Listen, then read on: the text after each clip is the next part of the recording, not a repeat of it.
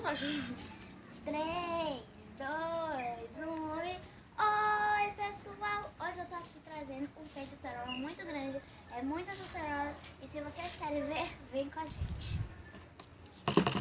Então, gente, agora eu tô aqui no fundo, tem um pé de acerola.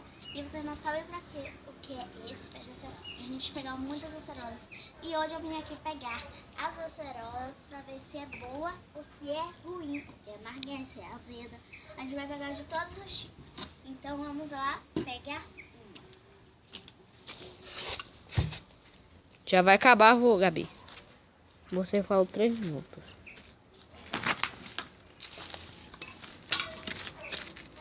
Aqui, gente, tem uma. Ai. Aqui tem uma. É assim.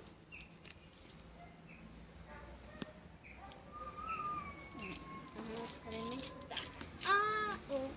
Só põe até aqui agora. Hã? Vai logo, rápido. Antes que acabe a cor. Gente, eu gostei. Eu dou 10,10. Toma.